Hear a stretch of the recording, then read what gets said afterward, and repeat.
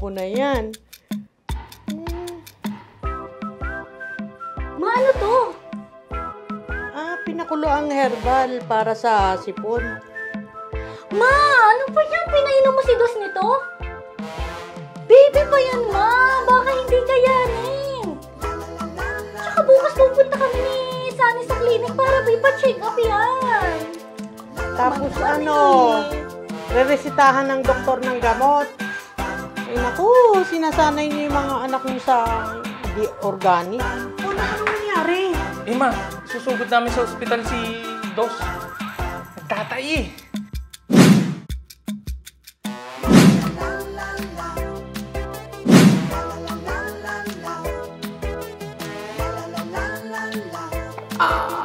Lakas na ni Dos.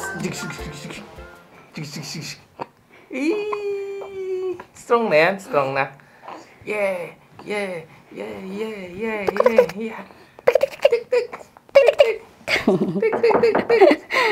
Tik.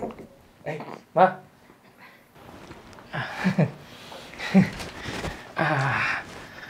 Ma, bakit? Nagluto kasi ako ng breakfast. Tara, kain tayo. Sige ma. Han, baba tayo. Nagluto si mama ng breakfast. Ay, wow. Parang nangyari na to Mamimigay kami ng bagong smartphone sa aming lucky follower. Paano? Madali lang. Manood ka lang ng full episode ng aming comedy series na Sunny Side Up sa aming YouTube channel. Pagkatapos, i-share mo ang episode at mag-comment ka ng patungkol sa episode na napanood. Importante ang iyong comment. Bakit? Dahil mula sa comment section ay pipili kami ng mananalo. Kaya panoorin mo na mula episode 1 hanggang episode 9 o mag-comment ka sa lahat ng videos para mas malaki ang chance mo na manalo. Dahil pagkatapos ng episode 9 ay pipili na kami ng episode na may pinakamataas na views at doon manggagaling ang lucky winner. Ano bang hinihintay mo? Pumunta ka na sa aming YouTube channel at manalo ng bagong smartphone.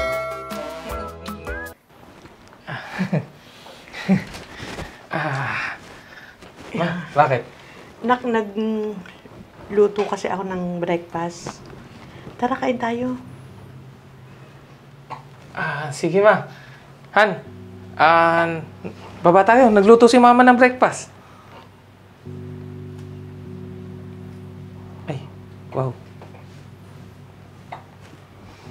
Parang nangyari na to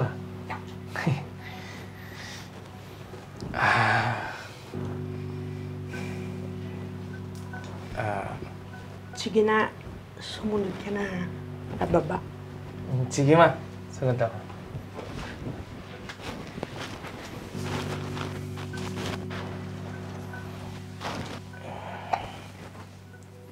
Han, nagtatampo ka pa rin kay mama? Ay naku, Sunny. Hanggat hindi nagbabago yung mama mo, hindi kami magkakasundo.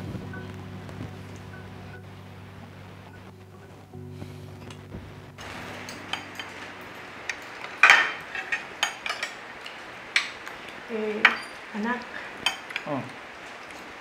Masama pa rin ba yung loob sa akin ni Twinkle dahil sa nangyari? Hindi naman siguro, ma. Siguro nagpapalipas lang ng inis sa'yo. Di gano'n na rin yun. Masama pa rin yung loob sa akin. Ma, dapat nga ikaw yung unang nakakaintindi. Ikaw yung unang nakakaintindi kay Twinkle. Kasi ganyan na ganyan ka Yung ganyan na ganyan ka kapag inis ka. Hindi ka makakausap. Walang makalapit sa'yo. O, di ba? Ganyan na ganyan ka. Babaeng babae.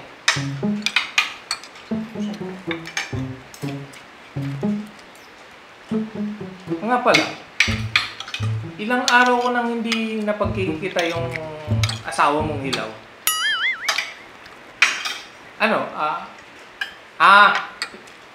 Nilayasan ka na, Grabe ka naman. Baka naghanap lang yun ng work. para sa future namin. Pang-suporta sa akin. Ganon. Balak nga namin gumawa na kami ng ng little brother nyo. Ha? Tigilan mo nga yan. Tingnan mo. Diyos ko, ha? Tigilan mo nga yan. Kilabutan ka nga. Grabe ka, grabe ka. Hindi ko na maibuga sa'yo yung kinakain ko.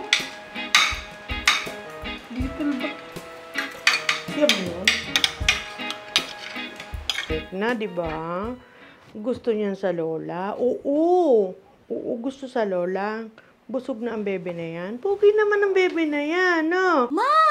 Ano ba? Akin na yan! Ano ba? Ano na naman ginagawa niyo sa anak ko? Twinkle, binuhat ko lang kasi umiiyak. Pinatahan ko lang. Twinkle, sorry kung ano man yung mga nangyari. Kung ano man yung mga nangyari sa mga apo ko, hindi ko sinasadya. Sorry. Ma.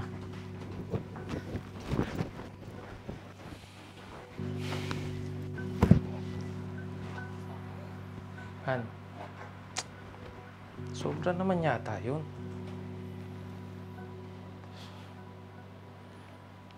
Humingi na ng tawad sa'yo si Mama.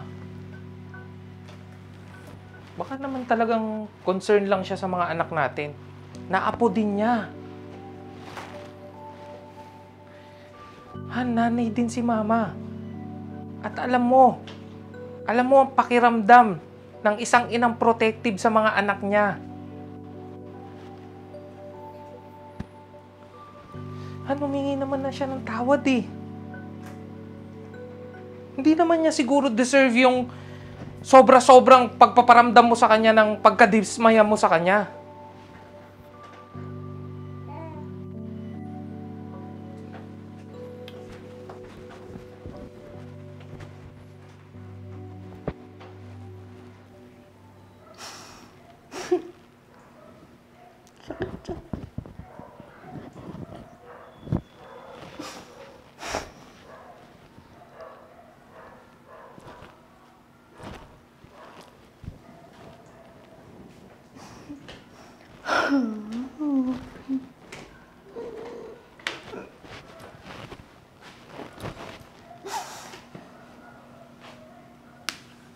Ma, I'm sorry.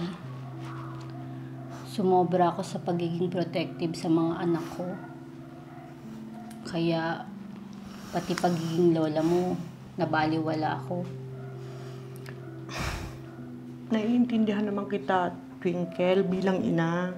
Dahil ina rin ako. Pagpasensyahan mo na rin ako kasi naging sobrang pakialamera ako. Hindi ko na naisip na may sarili kayong diskarte sa pagpapalaki sa mga apo ko.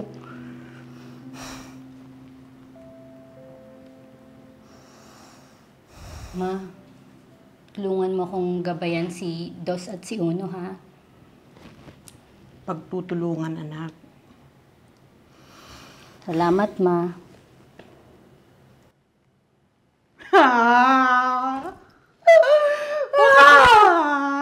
Kala ko ba okay na tayo? Bakit ka umiiyak?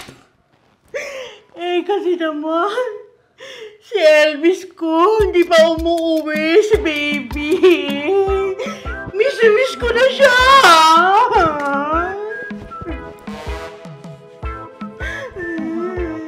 Baby ko, uwi ka na. Miss ko na siya, anak.